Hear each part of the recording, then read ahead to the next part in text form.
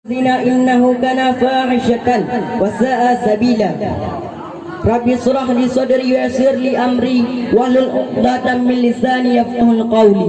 Shadaqallahul azim. Amma ba'd.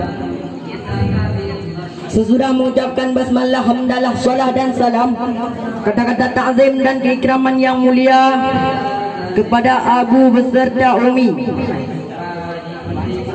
dan kata-kata ta'zim wal ikraman kepada Dewan Juri, selanjutnya mengalir kepada seluruh hadirin yang dicintai oleh Allah Subhanahu wa taala. Dengan mengingat yang semakin lama semakin maju, begitu juga dengan teknologi yang semakin lama semakin canggih, populasi manusia pun yang semakin lama semakin meningkat, ditambah pula dengan maksiat yang semakin lama semakin merajalela.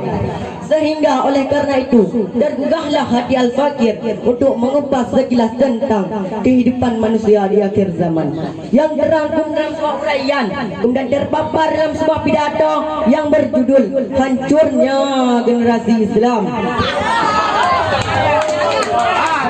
Kaum muslimin yang berbahagia, Dewan Juri yang saya muliakan, kita orang Aceh jangan hanya duduk berpangku tangan mengharap belas kasihan, tapi mari kita buka mata kita, pasang telinga kita, melihat, meluruskan pandangan dan mendengar penghinaan.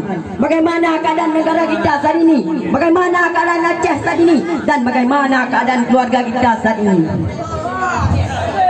Sudah baikkah ataupun sudah benarkah dengan apa yang kita lakukan, dengan apa yang kita kerjakan? Jawabannya tentu ada pada diri kita masing-masing. 24 jam manusia disibukkan dengan kelalaian dunia, namun tanpa kita sadari yang bahawa dunia ini hanyalah sebuah permainan. Namun bila mana kita lalai dalam sebuah permainan dunia, baik itu dari segi umur kita, harta kita, dahda kita, bahkan wanita, semuanya akan dipertanggungjawabkan di hadapan Allah Subhanahu wa taala. Maka oleh karena itu ada 3 faktor penyebab utama yang sangat mempengaruhi generasi-generasi bangsa, sehingga menyebabkan hancurnya generasi-generasi bangsa, terutama generasi Islam.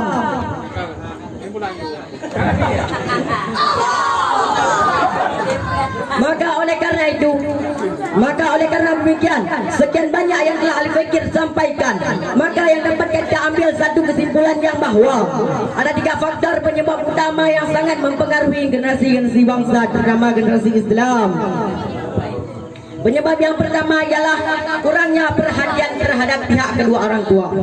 Dan penyebab yang kedua ialah kesalahan dalam memanfaatkan teknologi.